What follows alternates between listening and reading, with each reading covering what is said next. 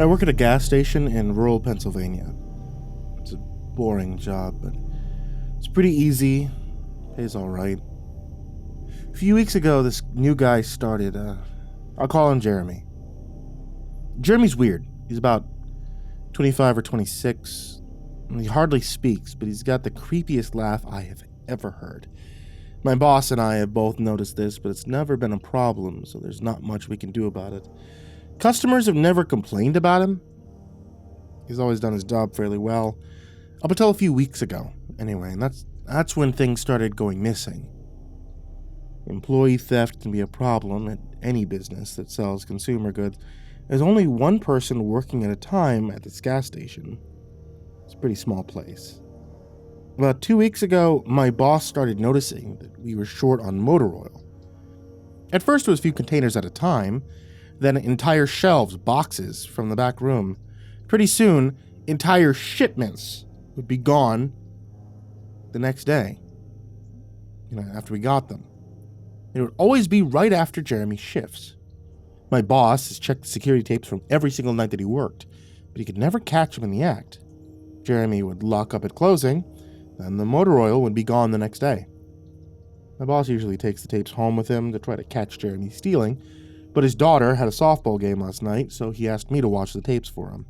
He offered to pay me overtime under the table, so obviously I took that offer. There are 3 cameras, so he gave me 3 different tapes to check. I figured it would be a long night, but I'm trying to save up for a vacation, so I really needed the money. I took the tapes home, popped them into an old VCR, and sat back.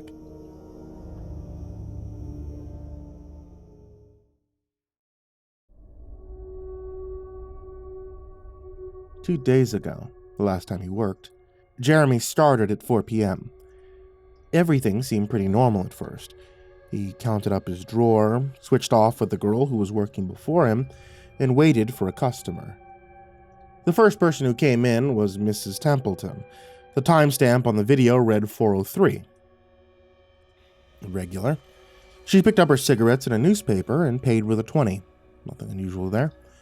The next customer was some local guy named Ron. He drives a motorcycle, usually comes in every few days. He filled up his tank, got a bag of beef jerky, paid with his credit card, and then he left. Next was some guy with a cowboy hat.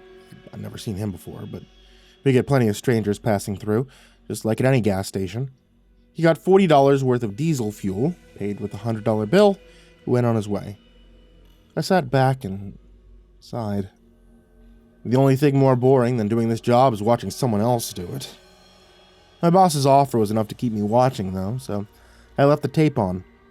Everything seemed pretty normal. I had a feeling that if Jeremy was stealing motor oil, he knew we were suspicious of him by now. Didn't expect him to be dumb enough to let us catch him on camera. Things stayed boring and routine until about 5 o'clock. At 5:05, Mrs. Templeton came back in.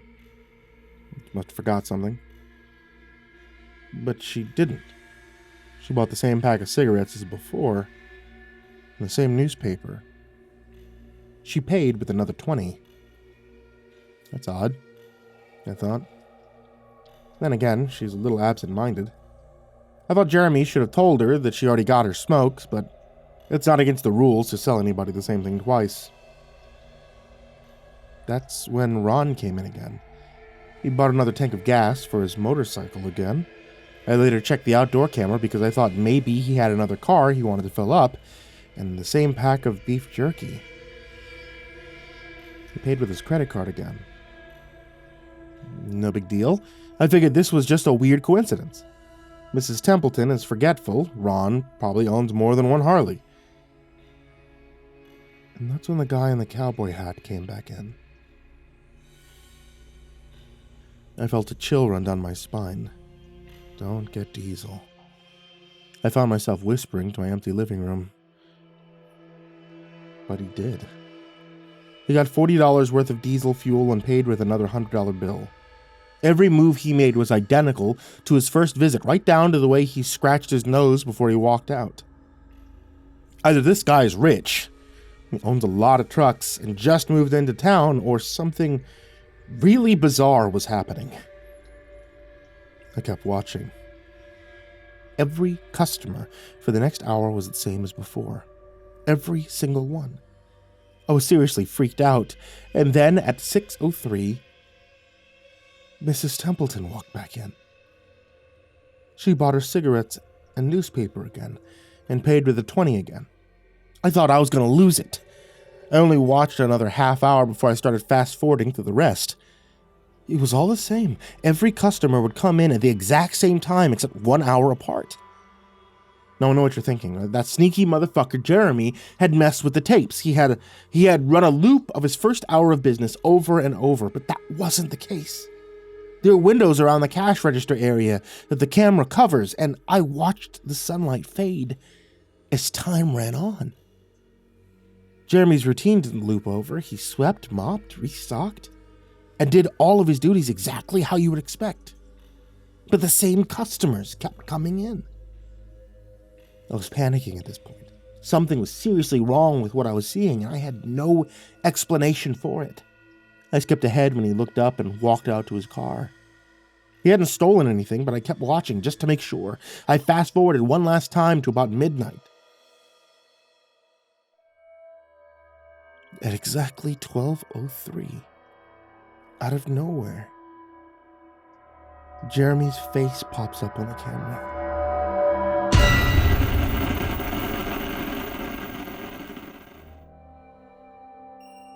I don't mean he moved his head into view. I mean, 1 second the store was empty. The next second his face was all I could see. He wasn't looking at the camera. He was looking at me. I was sure of it. I screamed and fumbled for the remote. By the time I grabbed it, he was gone. Just as soon as he had left, one frame he was there, the next he wasn't. My hands were shaking like crazy, but I popped in another tape. The other indoor camera showed the back area by the cash register, and I'd be able to see how he got up to put his face in the camera like that. I skipped ahead to 12:03, but there was nothing. I would have been able to see him standing on a chair or something on this tape, but he wasn't there. I didn't see him enter the store at all after he left. It's like he wasn't really there. He doesn't know the security code. No alarms were triggered that night after he locked up. What I did see, however, was that at 12:03, the motor oil vanished off the shelf. All of it. Same as Jeremy's face. 1 second it's there, the next it wasn't. I turned that tape off and went to bed, but I didn't get a wink of sleep. My body's exhausted right now, but my mind is racing. That tape was undoubtedly the creepiest, most disturbing thing I've ever seen in my life. I work in a few hours. My boss asked me to bring the tapes back in and let him know what I found, but really, what the hell am I going to say? Jeremy works the night shift tonight, directly after me, and the plan is for my boss to come in just before I leave and confront him with me, as I'm supposed to be the one who caught him stealing. I have no idea what I'm going to do. Suppose I'll have to show my boss the tapes, but I don't want to watch them with him. I never want to see something like that again. I can't get the image of Jeremy just smiling directly into the camera out of my mind. It's the creepiest look I've ever seen on another human being's face. Yeah, I'm going to try to get some last-minute sleep before I have to go in and deal with this. And I'll let you guys know what happens.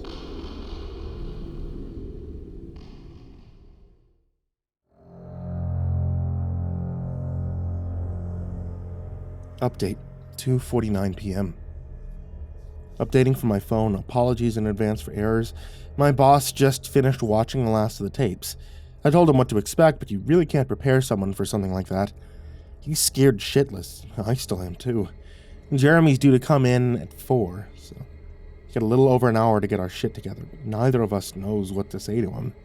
Is he just a fucked up guy who likes to steal motor oil, scare the shit out of people, or is he something else? I don't know if this is crazy, but does anyone think he could have anything to do with the time loop? My boss says he'd never noticed anything like that in the other tapes, but the way he popped up in that one, it made me think that he knew I would be watching.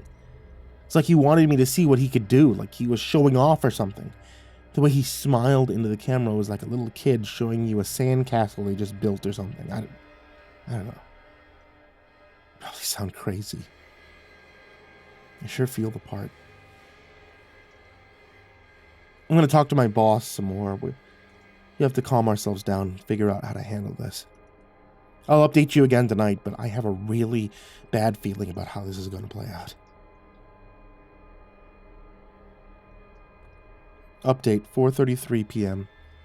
No sign of Jeremy. Tried calling him, but his phone's been disconnected. We're calling the police.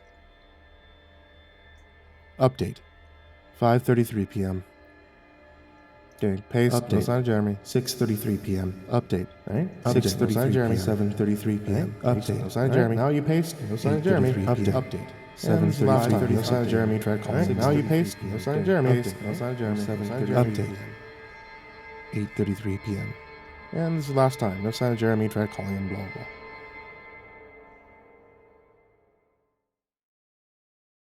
blah. Update. 10:58 p.m. Holy shit. Holy shit. Holy shit. Holy shit. I just got home and I saw my previous updates. Things make less sense now than ever. Here's what I can tell you. I went to work. Jeremy never showed up. My boss and I decided to call the police, as you're well aware. When I picked up the phone to call, though, the sun went out. I shit you not, that's what I thought happened. Apparently, I blacked out for exactly 5 hours because when I looked back at the clock, it was 9:33. I think I got stuck in Jeremy's time loop. And then I snapped out of it at the exact point I blacked out, if that makes any sense. But that's when things got really weird. My boss was right next to me when I blacked out, ready to corroborate my story to the cops. When I came to, the phone was in my hand, but it was dead. Like, not even a dial tone. My boss was still right there, but he wasn't moving. He was standing up, but frozen. I looked at the clock again, and it wasn't moving. The second hand was stuck at 12. It was 9:33 exactly. The clock on the register computer screen wasn't moving either. My phone, frozen. There was a customer at the register waiting for my boss to get his cigarettes, but betting that would have been his 5th pack of the day. I got the fuck out of there. I didn't look up. I didn't turn the lights out. And sorry, guys, I didn't grab the security tapes to upload to the internet. Believe me, that was the last thing on my mind. The gas station it's on a major highway. Cars were parked all along it, except they weren't parked. They were frozen. The people inside were sitting still as wax statues. I got into my car. I prayed that it would start, and thankfully it did. About halfway home, time started up again. The static from the radio turned into music like it's supposed to be, and from what I could tell by listening to the host talk in between songs, nobody noticed the time freeze, or whatever it was. I was the only one. Well, I'm sure Jeremy noticed as well. I still have no clue where he is or what he's doing. I'm hiding in my room and calling the police again in the morning. I don't know if I ever got through to them before, or if I did, whether they took me seriously. I'm scared for my life at this point. I'll update tomorrow if I can. Final update. 10:33 a.m. I finally fell asleep last night around 4. I still have no idea how I did it. I guess exhaustion finally got the best of me. This morning I woke up to my phone ringing. It was my boss. He'd been calling me since around 6 o'clock. He woke up when time turned back on last night and immediately called the cops. They came by to see what was wrong, and he told them everything. The police around here are all small-time guys. They were more concerned about the missing motor oil than anything. My boss figured he'd take it, as long as he had their attention. They decided to go look for Jeremy. Now, we keep our employee's application on file, and since Jeremy just started working here, his was easy to find. They checked the address on it and headed over to his house, and you're not going to believe what they found. The address Jeremy listed on his application was an empty lot. Or at least, now it is. There used to be a house there, but it burned down in 1993. Being a small town, almost everyone remembers that fire. A family of 4 used to live there way back when. Rumor has it that they had an estranged son who they never really talked about, but I can't say for sure if that's true. What I can say is true is that after an insurance investigation, the fire was ruled as arson. The entire house soaked in oil and torched with a Molotov cocktail. The entire family was sleeping when it happened. None of them survived. They never caught the guy who did it. Rumor has it that when they tried to contact the estranged son, no one could find him. Anyway, my boss called me and told me this, and I freaked out. And he asked me to come to the gas station. Like, what, are you crazy? I said. But he assured me the cops were there with him. Then he dropped a bomb. The FBI were also in town, and they were going to talk to me one way or another. So I might as well come in. It was about 7:15, and I wanted to go back to bed, but I figured I wouldn't be able to sleep much more anyway. So I went down. 4 men in suits greeted me and told me to have a seat. We went over everything 2 or 3 times until they got all the details down. I told them about Jeremy, the security tapes, last night at work. Eventually, everything. Finally, after I finished, one of the agents said, "Christ, we got another one on our hands." And they made me sign a bunch of papers saying I wouldn't tell anyone about whatever happened. So I can't say much more. I might be breaking the law just by posting this. So now I'm home. I'm not sure what to do with myself. That agent's words when I told him the story are going to haunt me for the rest of my life. Anyway, I've got to go. I have some errands to run today, and then I have to go into work to pick up some tapes. My boss and I think this new guy, Jeremy, is a complete creep. He's stealing motor oil. I have to watch the security footage to see if I can catch him doing it. I have better things to do, but my boss is paying me overtime under the table, and I'm trying to save up for a vacation so I could really use the money. It should be pretty simple. The oil always goes missing right after his shifts. I figure I'll just watch the tapes, catch him in the act, and that'll be that.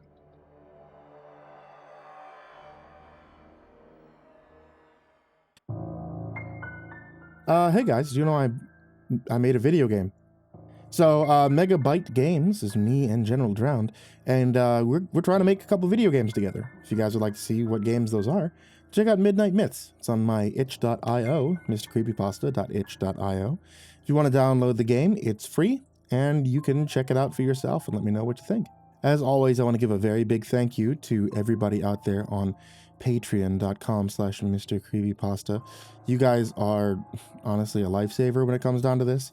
I feel like a lot of stresses in my life kind of have been leading me to pulling my hair out, but you guys giving me support has been immense for me. So I want to say a big thank you to everybody that's on there, even if you can only donate $1. Hey, you guys are keeping me alive at this point. So a very, very big thank you to everybody there, and to especially Jordan Humble, Diana Kraus, King Crab, Calcifer 420, Veronica Lynn Lopez, Marlon Chavez, Azazel 66603, Ethan Leon, Polaris Prospect X, Blake Rattler, Viceroy Scorn, Samara Lynn, Disciple, SullyMan, Brandon Mendoza, BrimstonePandemonium, Caltuna, William Wellington, Scruffy the Janitor, Brenna Crow, LaQueda, Canizales, Smiley the Psychotic, Dante Kinkade, SimbasBloodyMojo, CursepoxPrimarch, M, Jettis Pet, Clonable, J Kearns, Mike, himbojerry, CrusaderChocobo, Remember the Sun, Estebean, Hour Minute Second Time, Seclude, Salty Surprise, Red Shadowcat, Turtleman, Mr. Marcus Blitz, Voice of Sand, Phicomel, Melted Lake, Tully Sue, Croconut 509, Stricken, Freddy Krueger, Hades Nephew, Tommy Walters, Acid System, Sky Harbor, Nico Kyle, Tristan Pelton, Ball Arms the Rat, The Ginger Bros, Daniel Polson, and Corey Kinchin. To all of you guys there, everybody who's down in the description, and everybody who can just give $1,